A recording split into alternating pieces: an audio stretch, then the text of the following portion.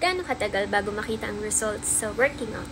Okay, so pag nag-consistent tayo na nag-gym at least 3 to 4 times a week or every day, in 21 days, di ba nakagad itsura natin? Hanggang 6 months yan, paganda ng paganda.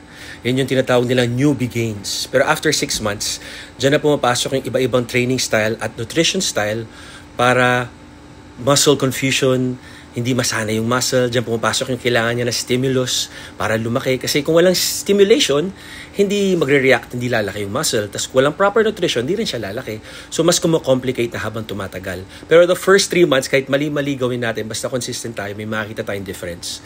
Ganun talaga pag newbie gains. Kaya enjoy nyo yan. And then, matuto na rin kayo ng mind-muscle connection. Kung chest ang wino-workout nyo, dapat chest yung workout, hindi yung back, hindi yung legs, hindi yung abs. Pag abs ang wino-workout, dapat abs ang workout, hindi yung shoulders, hindi yung neck. Okay? So, Tips from Magazine.